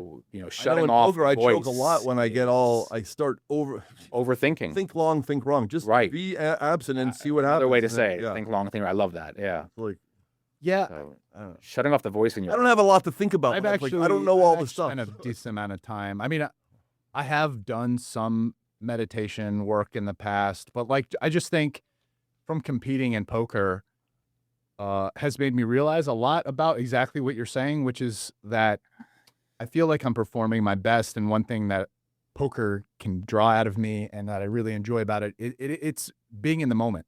In fact, something that really made me visualize and realize this more concretely was I did do work with Elliot Rowe, and largely my work with him, because I didn't really have any, right? You work with a mental coach and this kind of hypnotherapy. A lot of times people have something holding them back. That was never the case for me. In fact, really being under pressure, even since I was a kid, makes me perform well, because I'm I'm the now same in the way. moment. I like being under pressure. Me It's, too. in fact, one of the problems is playing cash games. Oftentimes I would just get distracted. So my Yeah, zone out. working with him was mostly Focus. hey, how can I focus? Yeah. Right. And this art of nothing outside of the table existing and trying to be in the moment. But the beautiful thing that I can get out of poker, but also it happens in a lot of other things too. I get it when I do an intense MMA workout, right? Because you're throwing combinations and getting super tired. It's just something that makes everything else just not really exist. And you're just doing the task. Right in front And of you're you. just, you're not thinking about the past. You're Right. not thinking about the future. The There's immersive, nothing yeah. that's going to happen. Yeah. It's just what you're doing right now. And there's a beautiful synergy of how that makes you perform. Yeah. Of, like kind of vaults your capability up It's higher. quiet. It's funny. That's And it's one of also the, just fun. It's Yeah, like fun to it be is in fun. that state. It is. Fun, Yeah, that you know? flow state's the best. Those, Yeah. the three places where I arrive at that flow state is obviously poker, but sometimes I fall out of it and play terrible, or most, whatever. But also video games sometimes, and also pickleball, paddleball, racquetball, all those things. I realize at the end of a half an hour, wow, all that I was in Right, think paddle about mode. nothing Or else. it's like very rare. yeah, it's a day and nice age. immersive That thing. is why That's people enjoy sports a lot. Correct. You get that in sport. When I'm skiing, I feel that way because it's almost like I'm a little bit stressed out. I'm a little bit nervous. I have to focus on the thing in front of me. I can't think about any of the other problems in my life. You see that? You know this rock climber who lives out here, Alex Hunold? Oh, I watched the thing at the hut. He climbs the He's had the building Taipei up Tower. recently. Taipei Tower in That was a Taiwan great- is insane. I'm nauseating watching I've that. watched, yeah. But you wonder, how does someone like that climb in such a high risk scenario with no ropes, and if he falls, he's dead. And one of the things he says is that when he climbs, he feels so relaxed because everything else just falls by the wayside. He's only focusing on climbing. I mean, And this that's is like the that I highest get. level of what we're talking about. That's life. That's See, talking. That's the They table actually- stakes. That's life stakes. I want to say He for the fails. Alex He's- Hunold thing, he moved to Yeah. Vegas. Apparently, this is the place with the most climbing for. Yeah, he lives but here. When it popped up on Polymarket, I like poke and look and whatever, and I saw, they all think he's going to do it basically, but how much time it was going to be? Take is the market. And I think he did it in an hour and 31 minutes and 35 seconds in that He looks range. so relaxed doing Yeah. it too. And that video that everyone saw, where he's on like the whatever floor, and everyone's in the room, and he's doing that little tricky circular Gnarly. piece. So gnarly. That was cool. Do you make Polymarket bets or Kalshi bets? Do you? Yeah. Oh yeah. I mean, Kalshi is awesome, and Polymarket's incredible. Right. So Do we have to worry about the worry that people say we have to worry about, which is, somebody knows that they can make a nice 20-1 bet if they just launch this missile, or they do insider some trading. insider. I have a trading. different take on insider trading probably than most people, which is I think it's a travesty that it's against the law, and that insider trading is what you want. That gives you the most accurate market, right? I mean, think about how that actually blends in between that this thing is this market fair Right. versus is it a good prediction model? Insider trading makes Polymarket or Kalshi or these things Better like prediction amazing model. predictions because you get insiders that will Right. push the odds. But even in the stock So- market, most people I think would agree that insider trading should be illegal, it should be outlawed, as it has been for decades now. I don't agree with that at all. That's that's horrible, because what they're saying is this. They're thinking they're protecting the market. They're not protecting the market. What they're saying is, if I'm a market participant, they're allowing me to go and trade a stock that the price should be something completely different than where it's at. I'm buying it at way too high a price, or I'm shorting it at way too low a price. And the reason the price hasn't been corrected yet is all the insiders that know it's mispriced are being outlawed from trading. So they're allowing market participants to throw money into the market at a crazy price that's completely devoid from reality. Well, the other problem with Obviously, they these should allow the laws- insiders correct the price so that I don't get screwed on my By the trade. way, your argument is amazing, but the other problem with laws like this is the enforceability Of aspect, course, because happened to BW. or just look like what's her name, like What's that Nancy reference? Lee Pelosi's Walters. Nancy Pelosi's and these other politicians' amazing Right, record in right. Yeah, they make trading 150,000 a year, and they're worth like, 35 well, it's because million. they're Yeah. actually doing insider trading. They're Correct. just not getting punished for it. Correct. By the way, I'm sure there's many people in Wall Street that do also do, some amounts yes. of it, and it's like, you push the envelope, and once in a while, like one person will randomly get caught because maybe they went too far or something Correct. happened and they got found out. But it's the other problem with it is people are doing it anyways and not getting in trouble for it. So it's not even like a fairly enforced And they're law. helping make the price fair. Yeah. What we're saying is the price is not a fair price today, but the information that people know that would make it fair, we're outlawing that information from entering the market. And then the I mean, people that's that are willing crazy. to break the law That's make money off it. it's actually insane. Okay, the biggest Right. Only people that will price it correctly are people willing to break the law, which is who's willing to do that. I've made, I think, I do most of my prop bets with individuals that have gold card membership, gambling, neither party has to post, and you're both going to get paid when it happens. So that's the preferred.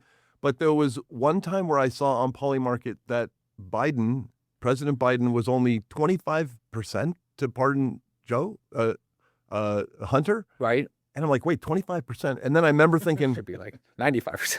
I was like, I just don't know this I don't know politics. I don't know how it works. And so I kind of just shrugged my shoulders and then watched it kind of kind of passed by. And then, of course, the pardon comes and everyone got paid their 4-1. And I'm Yep. like, wait, Phil, 3-1. the next time something comes like that and you have a hunch and you look at the number, do a little something. And that happened with Ross Ulbricht when Trump said, Yep. hey, he's down in Mar-a-Lago. I was You making a grilled commutate cheese the sandwich. sentence. I'm listening to the little thing. I see a clip on my Twitter pop into my head and I'm like, huh? He's saying tomorrow I'm going to get, Commute the sentence. I'm going to just let him free. And I'm did. like, so I look up the Thank God. Polymarket thing and I was like, oh, 65%. Yeah. So I did make a little bet there because I Good. thought it's probably the way Trump, the hair rose on his arms You when he know- heard the whole room clap. He was like, wow, I got libertarians with the crypto. I get their vote by just Despite letting their guys. criticisms against Trump, he often goes through with what he says he's going to do. Yes, that's the He- downside and the yeah, good side. It's yeah. like both. He will But often that do what time he says he's gonna he do. did it, and it did it on day 2. So instead of 100 day, that Ross Ulbricht, Right. I think he said he's going to do it on day 1. He wound up doing it on day 2. Yeah, day So 2. that was And I him remember not thinking, upholding his word. Yeah. ka-ching, little win there. It's I like, like, the prediction model. I remember this idea in crypto. There was an old coin which had this idea and it went nowhere called Augur. Of course. But it was like, it's such a Yeah. good idea because it's like, you go to a casino or whatever and they're taking 5 or 10 cents both ways. It's Yep. like criminal almost. Correct. How And wide that you market have is. these markets now that it's so tight, and it's and in a lot of these things you don't really have to worry about insider. It's like there's not the guy who knows what Trump's going to do and comes and bets it a few days before. It's a sporting event, which is fair, and maybe some people know a little bit, but that's always the Sure. case. And like the event isn't rigged, Right. and you're betting on it, and it's like why pay 5 to 10% vig when I can pay 0.5%, Yeah. right? Like it's just much more friendly in a sense to like the gambler. Correct. Because no matter what whether you're sharp or not, somebody else is winning on the vig, but now at least the rubes or the sharps aren't losing that, right? So it's like less money's getting taken out of the economy. Out of the market. Yeah. Well, Polymarkets, there's basically no VIC on Polymarket, I think. So wait, I thought like if I you don't and I think they took take different- anything right now. They might change that one day, but I'm pretty sure it's zero VIG on Poly. Is on there? I didn't some, know that. but only Some on events? some contracts. It Okay. depends. Yeah, most of their events Actually, this have came no up in a VIG. chat. I where didn't know someone that said- till right now. Yeah. Most I have thought not. Kalshi takes some. Kalshi takes more. In fact, Kalshi makes way more profits than What is the legal thing? Sure. Are those guys? Poly is much better. Listen, we're not supported by anyone, but it's much better to bet on Polymarket than Okay, wait. It Is is. it legal? Like what? Kalshi's What is? regulated? I think they're approved by the CFTC. Polymarket, I'm not sure where they stand on it, but Where are they set up? Are they somewhere on the Cayman Islands or where? Like where's their I don't know where server? the servers are. It is somewhat DeFi. These are on-chain transactions. You have to sign a cryptographic signature in order to trade on Poly. You Yeah, don't have to do when that I with made my Kalshi. poly Kalshi's bet, a I KYC. didn't know how to do it. I called a friend and I said, I'll give you a 10% free roll if I win anything. Yeah, and you then need he to- did all the You need stuff to have for a me. wallet set up Yeah. to be able to trade on Polymarket, Yeah. not on Kalshi. Okay. But as long as I'm pretty sure it's completely lawful for U.S. citizens to bet as long as you're declaring, paying your Right, you- taxes. you win the things money, like you that. get it There's in the bank, not you pay breaking the any rules taxes. Yeah, there. okay. Yeah, correct. Yeah. Interesting. So, and I think Poly will take U.S. customers at some point. Okay. I know they're working on that now, but I All don't know right. where they stand. Um, So yeah, Poly's incredible. Way better. And most of those markets, there is no such thing as insider trading. There's no such thing as insider trading in like sports betting. If you guys go out to the club right now and you see the star goalie for the Las Vegas Knights drinking and doing drugs and whatever, you're welcome to bet against the Las Vegas Knights, tomorrow on their hockey game. Right. There's nothing illegal about that. So insider trading only exists in the stock market. And all that means is the didn't stock know that market's either. going to be Okay. less efficient than other markets because they are not allowing information to penetrate into the market. but in In the everything Poly else, world and Kalshi Well, world, of course. it can penetrate. That's true, assuming compliance. Right. Well, yes, that's all right. Correct. No, Right, so not then it's like everyone the is- people who are sophisticated enough to get around the laws. It's like it becomes this whole game. To me, just let it happen. Let it all just Let it the happen. spigots unfold. Absolutely. I think open. that's really important with crafting the law is to make laws that are enforceable, because unenforceable laws like Stupid. end up being worse Correct. because it perverts and actually rewards people who are dishonest actors, Right. whatever. But yeah, And it makes people have less respect for the law overall, which I don't think is a good thing. I'm trying to think of what kind of rap. I could talk about Psyche 16 for half an hour, but I don't want to. I want the people that are driving in their car to be like, okay, hey, it's an hour and a half. That was a nugget. I'm good. And then, like, should we kind of think towards the rap? part now to the show? Okay, I'm looking at the clock. We're at an hour and 30 minutes. Yeah, 123 recording. 123. Okay, so in the last 7 minutes, what do we want to talk about? Robotics. There doesn't need to be a old special. heroes. There doesn't need to be a special time. Is there anything? Whenever. Is there anything you want to speak about? No, I mean, the only thing I was going to ask you about is I wonder what you thought about MicroStrategy. Oh, Because that's, other than quantum, Yeah. the main critique I hear from smart people about Bitcoin is MicroStrategy and what they're going to do to the market when they quote unquote blow up. I think MicroStrategy is going to be very resistant in the near term, like 1 or 2 years to blowing up, I like agree. borderline impossible. I mean, basically, Agree. none of the loans which really come to term to like I think 28, and even those Right. loans are the farthest back dated where it's bought from the lowest price We're on the point. same page. Saylor also sold enough money to pay off a lot of his debt obligations recently, so he has like a 1.5 year runway. Although I mean, it's increasing because he's selling more stretch, right? I think like unless sort of the network adoption of Bitcoin completely falls off, like anything, which would be dangerous for a bunch of other reasons. Like the way I kind of think about strategy mostly is that I think like the worlds where Bitcoin, strategy blows up and Bitcoin isn't failing already, like those things are mostly all Lined up. I lined agree. up. Lined up. Yeah. So I view strategy mostly as a positive. I think their execution has been pretty poor, and a lot of their planning with some of this hasn't been that great. It's a fair critique. But they are likely pretty safe. They're kind of adapting, and they're, I think they're also pioneering some very interesting ideas, which like really having Bitcoin being used as a credit asset, right? Which I think is going to be massive for Bitcoin's adoption in the future, because it's not even just them doing it, but also just other people that own Bitcoin using it. Yeah, like, a wealthy person, and this is one of the kind of tricks of being wealthy. It's like they can go and they, like the CEO of, a company, you go and you have all these shares. Yep. Like you basically Get a just loan like, against post them. that, you get a loan. It's Yeah. like super low That's interest. how I fund my life. But it's like Bitcoin, that there are some places that do that now. It's very high interest, If it's centralized. very high collateralized. Yes, if it's centralized. But even the decentralized one aren't. DeFi ones are Do you great. have a DeFi Bitcoin? But they're not on loan the out they're right not now? on the same level as like a CEO doing it, or like a property loan, are they? No, well, I mean, if you go to SummerFi, which is like MakerDAO and loans like that, the interest rates are very competitive. 5%, sometimes a lot, sometimes lower. And, but when you do that, 2%. who has the keys to your The coin? LTV ratios are incredible, 70, 80%. So Loan you to can value. borrow up to 70 to 80% of what you post up. You certainly would never want to get up there because you'll get liquidated if the price moves against you. Right. There's no terms in the sense that you don't need to make monthly payments. You can't be in default that way.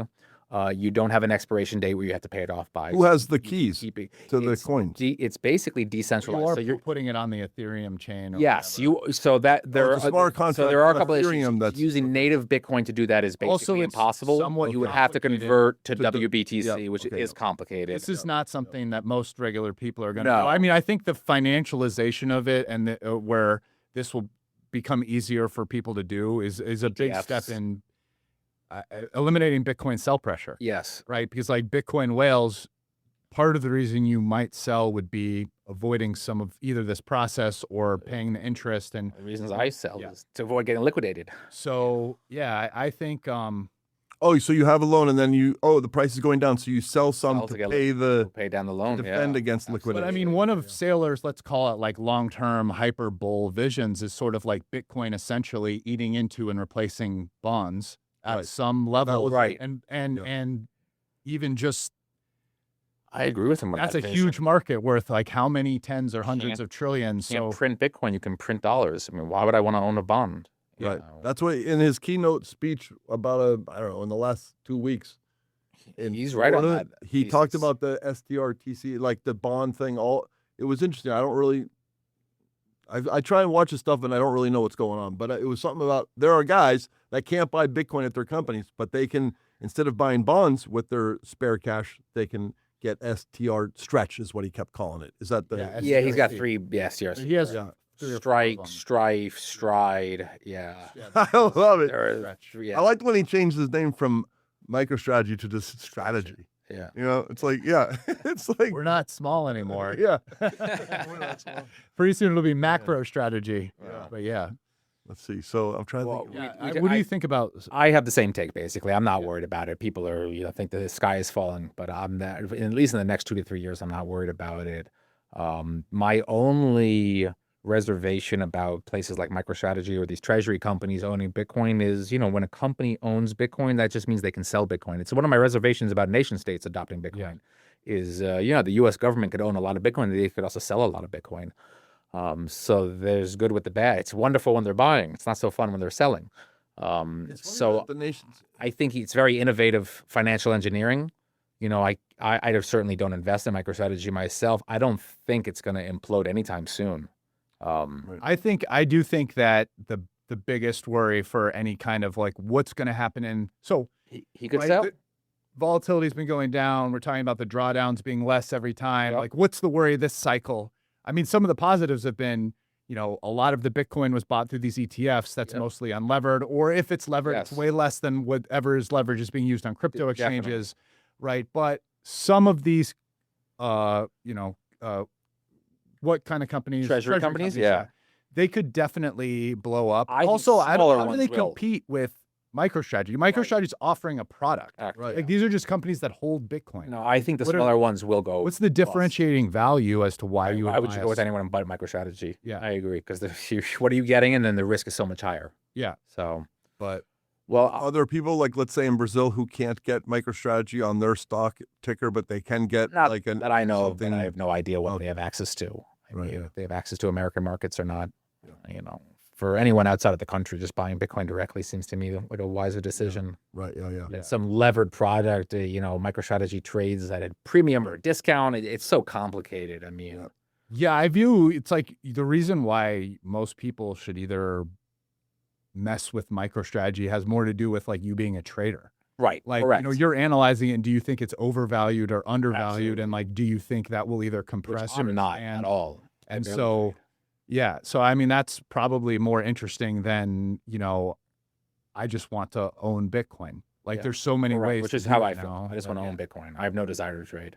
I mean, So not even that I'm any like, good at it. why add that element of risk? Correct. It's right. Like the Bitcoin thesis is like, I mean, base case is like gold, offshore banking, settlements, this, that. We're talking, 1 to 2 million in today's dollars in like 10 to 20 years. Like hyper bull cases, like bonds, like governments storing it, this, and now you're talking 10 million or something crazy in There's so many today's dollars. hyperbole And so it's like, scenarios. why add in, and it's probably Unnecessary happening risk. at a somewhat I feel that crazy, way about leverage. I yeah, mean, somewhat crazy percent of this working out. Like, why are you adding in the unnecessary risk. execution risk of 100%. strategy? Makes no sense. Like for most people, it doesn't make sense. There's one rule for me in crypto and in Bitcoin, which is just don't go bust, don't lose everything. It's why I don't trade a lot, I don't mess with a lot of meme coins, and I certainly don't use leverage at all. Right. It's just, to me, it's just insane. You have a sure winner. So, but if you just have hold onto it. like the little bit you might have in stable coins, let's say poised for a Polymarket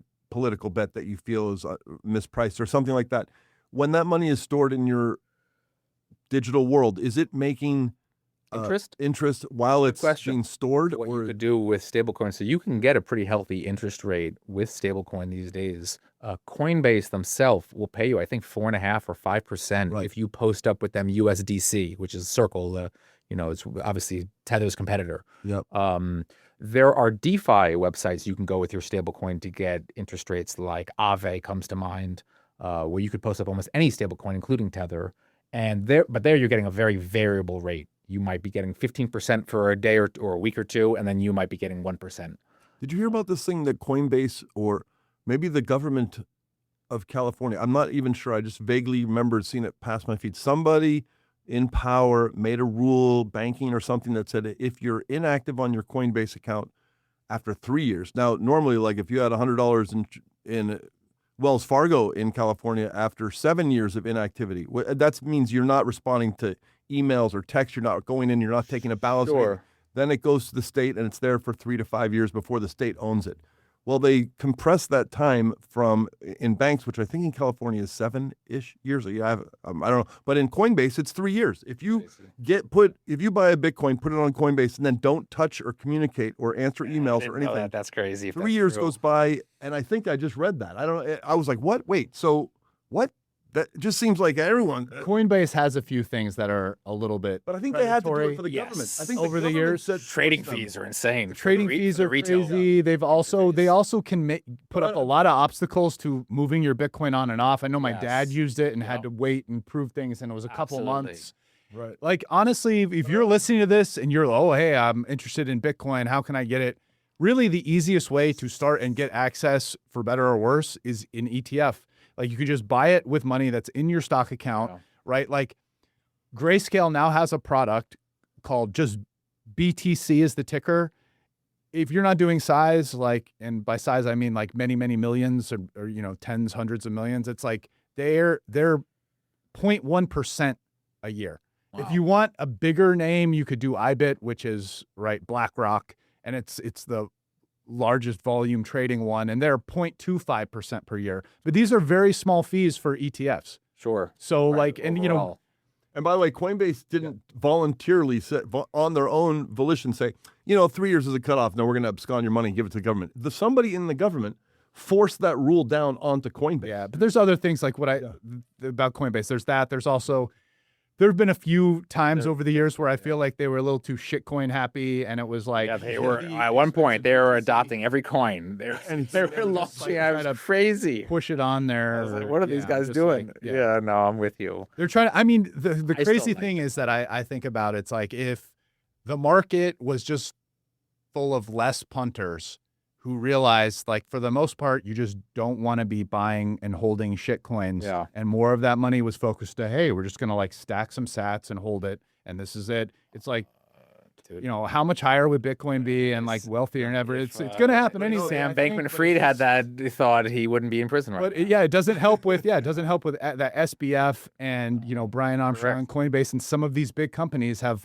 been part of like encouraging that mindset. But Yeah, you're Amazing right. chat with you, Jonathan Hirsch. Thank It you. was a pleasure, guys. Thank you so much. It's really nice talking to you guys. time to get some Yeah, some Lotus food. of Siam. Love it. Lotus of Siam. All right. The best restaurant in Vegas, in my opinion, is Lotus of Siam. And the one on Sahara is shut down temporarily, but you can go to either the Red Rock Casino. They have one in Summerlin or whatever the town is. And then on Flamingo is another one. And yeah, if you're in Vegas and you don't go to Lotus of Siam and you like Asian food, you've done yourself a great disservice. Coming straight from Late Reg, not Late Reg, Late Reg Poker. No, not Poker, Late Reg. It's the best way to buy into tournaments. Who wants to be there on time when you can late reg? Oh, wait, I want to tell one quick story that the world might not know. Okay.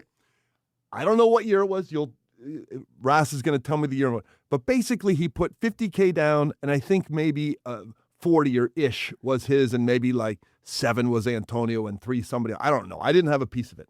Anyways, he's the chip leader after day 1. This story is Wait, but this isn't a late reg. This was me just being this is late. late space. Yeah, this is not late reg. This is just. I had less than 40% that year. Yeah. Okay, easily my favorite Rast story. So he's got. Sorry, if less than 40K, I It's a didn't three- have 80%. Okay, yeah. So it's a 3-day Dan event. Bilzerian had a piece, Robo had a piece, and Antonio had a piece, basically. And he, chip leader after day 1. Next day, where's Rast? It's 1 o'clock. It's an hour late. And then Antonio's like trying to call him. He's like, and one thing to another, he was just on the phone, forgot about the tournament. They found him in his apartment, just holed up, talking to his girl, and no idea that he had a stack that was this. He forgot about the tournament. So then they get him down to the tournament. He arrives 2 hours late.